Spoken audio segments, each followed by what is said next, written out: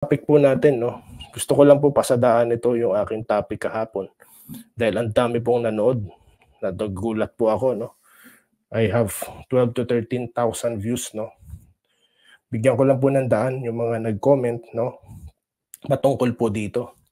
No PNP security, wala pong problema, no?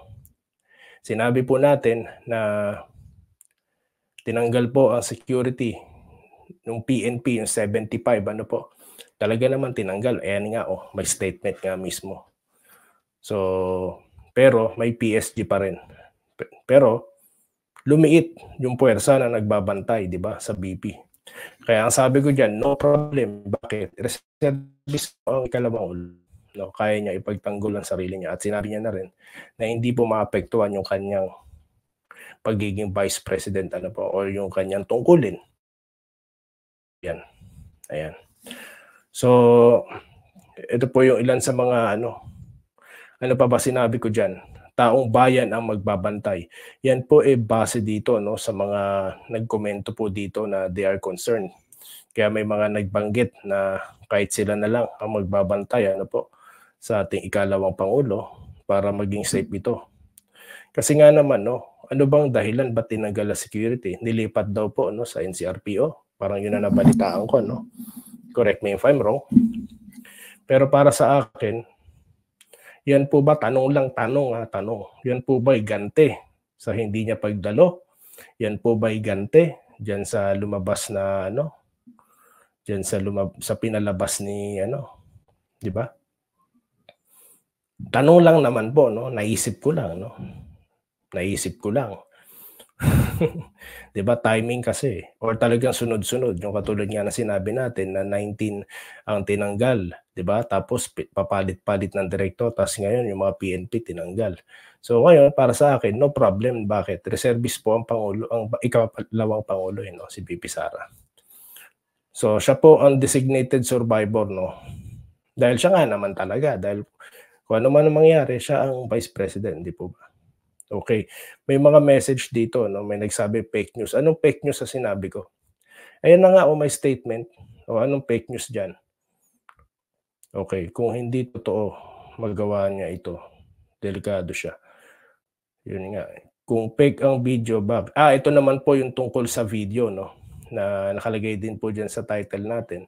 Maharlika video. Dahil inako po ni Maharlika na yan po ay siya ang nagpalabas.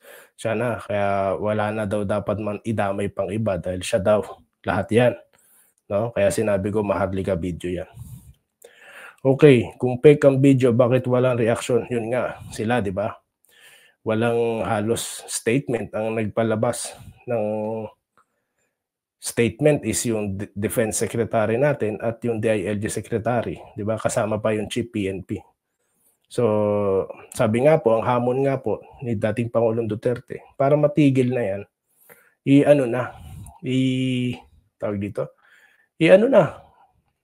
magpa-follicle test, no? Okay, no PNP security, no problem. Kasi nga po, binawi na, no? Pero hindi nangangahulugan na wala pong security ang ikalawang Pangulo. Humina nga lang kasi nga, syempre, mga escorts yan mga support security yan ngayon, walang support, paano? May PSG pa. Ito, comment po ni Mr. Seaman. Magpa-test na lang lahat ng yung dalawang pamilya daw para patas. Ang tao habang tumatanda, magbabago ang imahe ng yung binabanggit po sa video, no? Pag may masamang mangyari kay Inday, singilin natin. Wala naman po siguro, no? Wala naman po. Pwede po bang dalhin ang issue na yan sa Supreme Court? Pwede bang abuso? Kasi nga po, hindi natin maiwasang isipin na hindi yan alam ng nasa pinakataas. Ano po? Kaya may ganyan pong kaisipan yung ating mga commenters dito. No? Salamat po no, sa inyo pong pagko-comment. At of course, tayo naman po mga DDS, malawak naman po ang pag-iisip natin. Tayo dito nagko-komento and at the same time minumulat po natin yung ating mga sarili sa mga ganyang issue. Maging mulat po tayo, yung balita i-monitor natin, hindi yung kung ano-ano lang mga issue, mga nagpatayo, mga kung sino-sino mga tao pinapollow. Hindi, dapat ano po tayo sa current affairs, no? Kaya po tayo napagsasamantalahan, may mga bagay na nangyayari na wala tayong reaction kasi nga mas focus sila sa mga ganyang usapin, no? Pati ba naman yung pagpapatayo daw ni pambihira. Kaya yan ang nangyayari. Nga tayo pagdating ng mga sakuna kasi nga mas focus sa mga ganyang klase ng usapan. Okay. Meron pa po dito, protect BP Inday and all the Dutertes. Sana mawala na lahat ng tiwali sa gobyerno. Yan po ilan sa mga commenters dito, no? Wala silang muka, pero hindi katulad ng mga walang muka, no? Na makakapal ng muka na bumabanat ng wala namang sense, ano po. Ito, hindi po, yan. May mga words po, no, na mga tamba-tamba, no. Pansin niyo po, hindi ko po binabanggit dito sa atin. Para po maiba naman po tayo as DDS, ano po. Inday Sara. Ayan, yan po yung mga concern ng mga tao dito dahil napakadami po ng mga komento rito sa aking inilabas na mabilis na video, no. Kwento reaction yung ginawa ko po dito, no. Yan, daw po, ipagdasal ang kaligtasan ng ikalawang Pangulo. Ayun, may nagsabi pa nga dito, hindi daw kasi umatin ang SONA. Naisip nyo din po ba yan? Yun din ang naisip ko Iganti-ganti. Pero again, naisip ko lang yun. Hindi ko po alam kung yun talaga, no? Okay, ang kailangan, galing kay Miss Regine, ang kailangan ng ating bansa, ang batas. Noong nakaraan nga po, minsan nga po talaga, nagre-reminisce tayo, bumabalik tayo sa mga nangyari noon dahil maganda po kasi ang practice noon. Katulad na po niyan yung paghahanda, no, sa mga bagyo, no, mga sakuna. Shoutout po sa 14 viewers po natin. Salamat po. Kung di pa po kayo subscriber ng channel na ito, kayo na pong bahala, no? Subscribe na po kayo, no? Para lalo pa po tayong dumami. At sa mga nag-subscribe po sa video na ito na aking inilabas kahapon, maraming salamat sa mga nanood at mga nag-like. Okay. May nagsabi po rito, Mr. Melvin, sunod-sunuran daw ang PNP,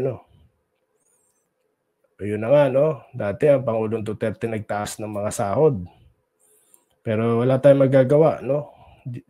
Ganun po talaga. Sobra at kasi kailangan talaga nila sumunod, no? Wala tayong magagawa dun. Sobra at harapan ang ginagawa nila. So mismo mga regular na tao, ordinaryong tao, nakakaramdam po ng mga galawan at mga ginagawa dyan, Hope ang mga nakaupo, yung tama at mabuti ginagawa para sa mamayan. Dahil binoto natin, binoto natin. So dapat yung kagustuhan na nakararami po talaga nasusunod, Di po ba nung maliit pa tayo, tinuruan tayo na disiplina tayo sa tama. Tama po kayo dyan, Ma'am Maria, no? Bakit kailangan security kung talagang maisog?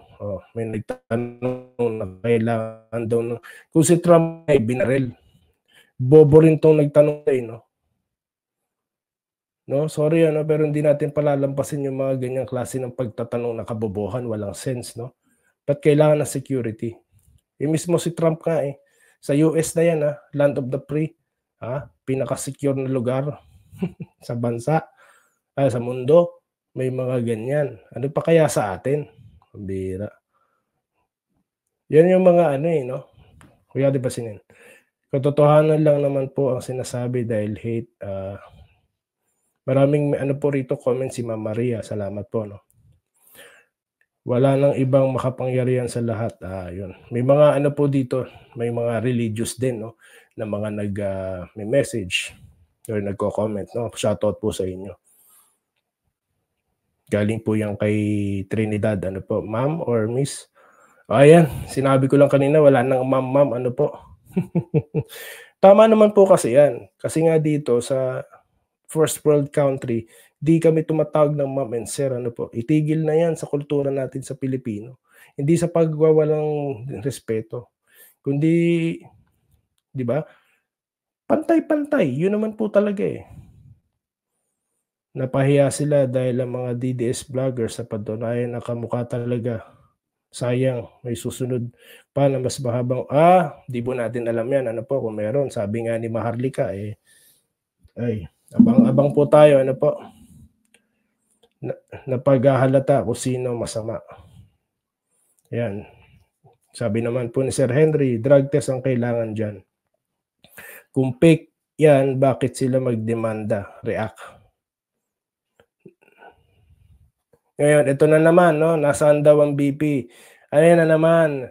Nakaschedule yan, no? Nakaschedule yan. Okay? Tsaka, naka-ready na. Sinabi ko na kanina, ang Tatak Duterte, meron ng mga preposition, no? Naka-ready na, kumbaga sa play sa basketball, may pang-execute na sila. So yan, naka-schedule yan, di ba? Kaya yung mga nasaan yung naka-schedule yan. Hindi yan biglaan, ano? Tsaka nakita nyo may kumakalat na mga video na gumagalaw ang Office of the Vice President, no? Yan tayo eh. Yan tayo. You should be given the reason why. Ito, mahaba yung message ni Ma'am Veronica, ni Miss Veronica or Veronica na lang. Ano po? Again, wala pong ma'am and sir sa akin ngayon, ha? Para po maiwasan na yung mga ganyang misunderstanding. At pantay-pantay naman po tayo eh, no? Huwag na tayo magtawagan ng ma'am and sir. Correct me if I'm wrong, no? I don't think so. Dito sa first world country, walang ganyan. Yan ang dapat dahil hindi siya, ayan, may mga ganitong mga tao na ayaw. Wala tayong magagawa. So ang dami pong message dito, no? Ang dami pong comment. Pasensya na po kayo kung hindi ko po mabasa lahat, ano po, dahil kulang po ang oras, no? Walang natatago na hindi mabubulgar, sabi. So yun nga, sabi kasi ni Maharlika, mabilisan lang bago tayo magtapos. Daw po, pina-authenticate niya din daw, no? At sabi nga ni Attorney Roque, dyan daw sa Maisog sa New York, on the spot daw, may testing silang gagawin sa video, no? So, ayun, no? So, yun lang ng mga sinasabi nila, no? So, yun po, no? Ang ating mga